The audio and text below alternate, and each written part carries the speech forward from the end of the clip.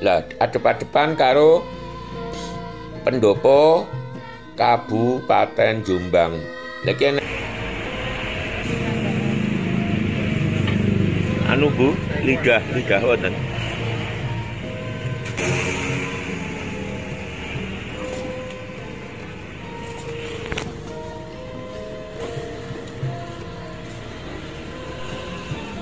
Iki lho pancen adae pincuk kaya panggonan sing aku mbiyen gak nek kene lho mbuh sing kiwa apa tengene nek jejer telu tibake. Toro sakmene dhisik. Wassalam.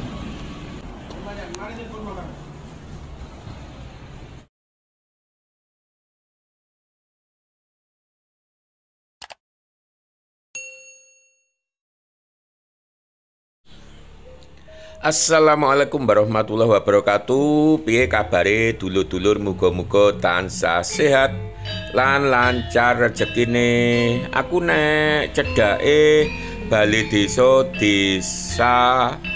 Tunggorono Kabupaten Jombang dulur-dulur. Aku gak ngerti ki masuk wilayah kecamatan Diwek apa masuk kecamatan apa. Sing jelas dina ki aku arepe nang nggone daerah Mojosongo dulur-dulur. Yen gak kliru kecamatan Diwek. Yen status saka kene amarga isuk mau aku ana acara nang Perak Kabupaten Jombang. Ana acara becek dulur-dulur. Lah ini kok ya lali. Ana pirang-pirang dina iki aku gak gawe video lur. Sepurone sing akeh mergo mulai minggu wingi sampai minggu iki kuwi repot banget lur. Minggu wingi ku aku nyiapne perpisahan sampai acara perpisahan, terus minggu iki nyiapne kegiatan lomba seni FLS 3N yen wingi jenenge FLS 2N antar SMP sekota Kediri. Oke dulur-dulur, tak balen maneh ki aku neng wilayah Kabupaten Jombang. Aku mau setat ke Desa Tunggorono dulur-dulur.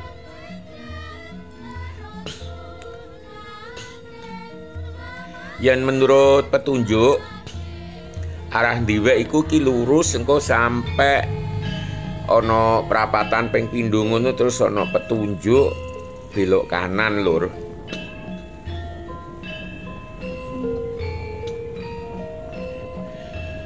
Nyang Mojosongo dulur-dulur tak jak nang nggone kulineran khas Jombang yaiku sego kikil dulur-dulur. Aku wis tahu ping pisan lur. Waktu iku aku lali nek sisen ndi sing jelas enek pirang-pirang bakul, enek beberapa ya mbuh 3 apa 4 bakulane padha sego kikil khas Jombang. Sing wektu iku rasane aku gak cocok. Lambuh iku aku tak njajal ganti bakul liyane. Amarga beda bakul kan beda rasa.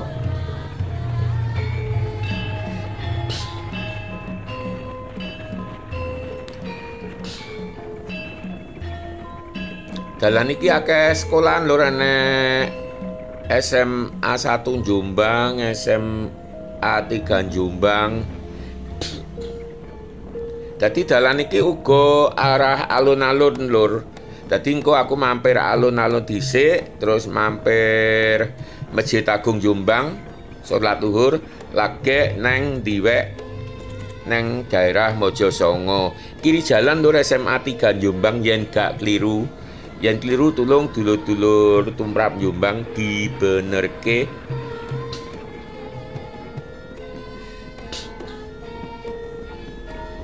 Pertigaan ngarep menggok kiri, kok kiri menggok kanan lur.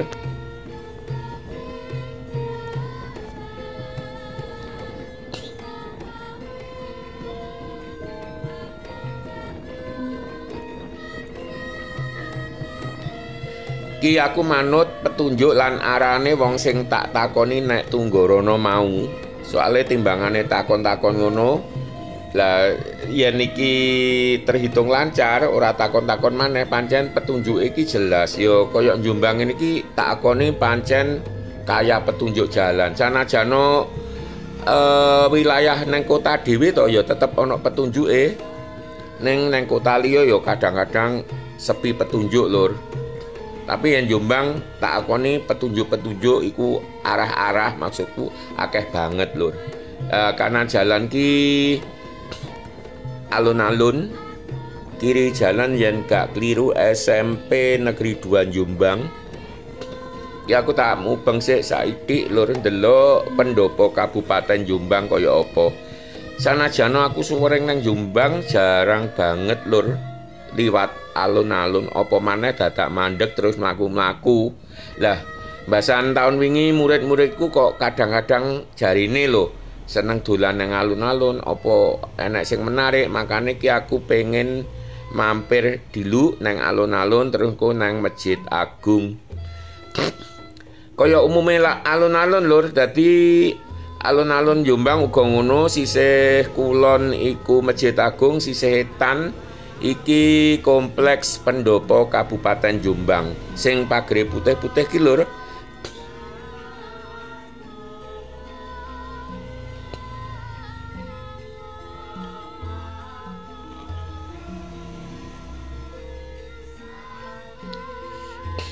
Ki motorku wis tak parkir, aku tak mlaku-mlaku nang alun-alun dilu, nyabrang terus tembus nang Masjid Agung. Ki Lur ternyata keistimewaane ana wahana permainan kanggo anak-anak, terus tempat duduk uga akeh.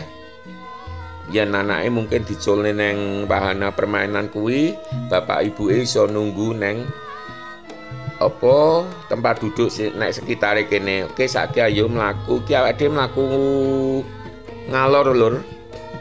Kanan jalan ana gapura gedhe kuwi sejatine menurutku pintu gerbang alun-alun kang adep-adepan karo pintu gerbang pendopo Kabupaten Jombang Lur. Ngarep oke merpati Lur utawa doro. Yen nek Kediri sing oke merpatine nang nggone Taman Brantas. Lah adep-adepan karo pendopo Kabupaten Jombang. Lagi enak jalan cukup gede Lur, kang lurus nuju masjid Lur. Tamane lumayan, cuma yen kanggeku kurang gumbul Lur. Apa maneh Jombang kan kategori panas kaya Kediri, mestine wit-witane kudu rada akeh. Ning secara garis besar sudah lebih dari cukup ukuran alun-alun Lur. Ya cuma panase kuwi, umpama wit-witane rada gede-gede terus pinggir dalan iki uga ditanduri wit-witan, mungkin luwih sejuk maneh.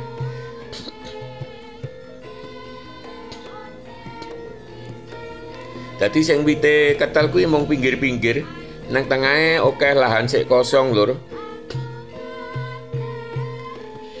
Ayo saiki awake dhewe nyang Masjid Agung Jombang. Kimang aku kan durung salat luhur Lur. Budal kok Kediri mang aku kan wis cukup awan jam 10:30, terus teko lokasi acara jam 12 Lur. Nek kono sak jaman jam 1 ki mau, terus aku mara rene iki.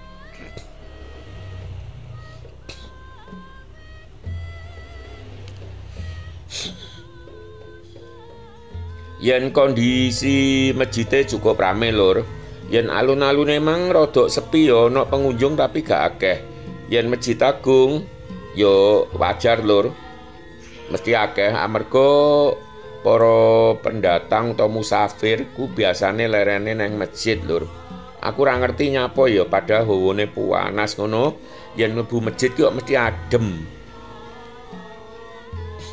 Saiki ayo disepil tempat wudune Lur.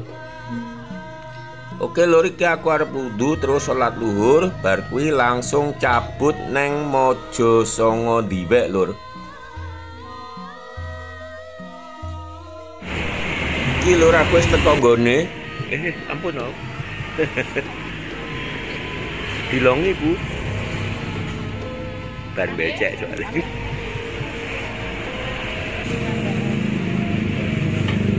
anu Bu, lidah wonten.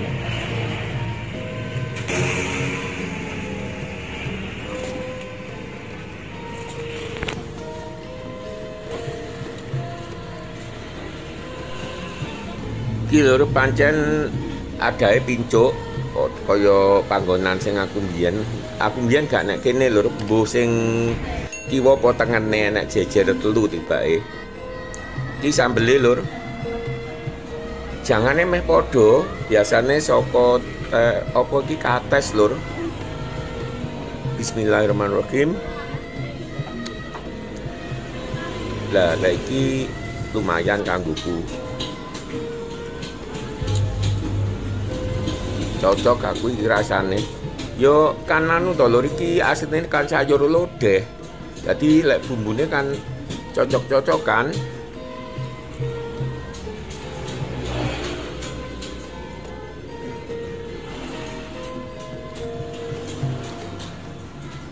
Aku mang yo njaluk iwak goreng lur.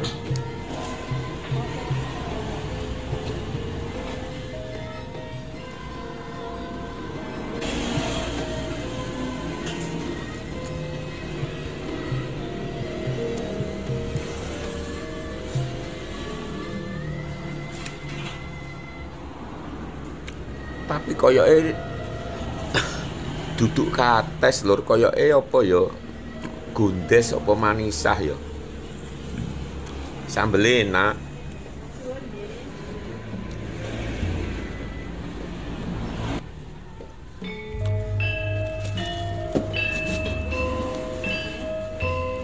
Kerupuk uyel.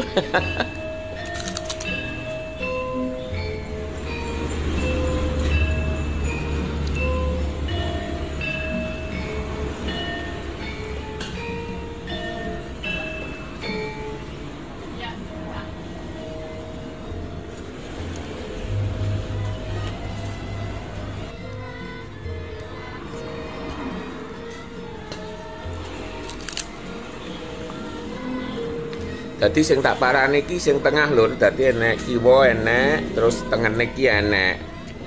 Kacek pirang omah ngono. Gone nasi kikil Buida. Mojosongo, Kecamatan Diwek. Kabupaten Jombang.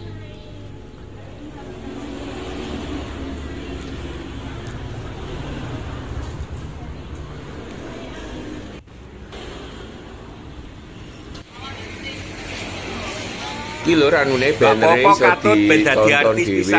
Nasi kikil Buida, terus enek gambar tokoh-tokoh iku nang kono. Iki aku karek ngopine lur. Oke, sawetara tak ngopi dhisik, video tak akhiri sakmene dhisik. Dulur-dulur aja lali subscribe, tekan tombol abange, lan share nang dulur-dulur liyane ya. Sawetara sakmene dhisik. Wassalam.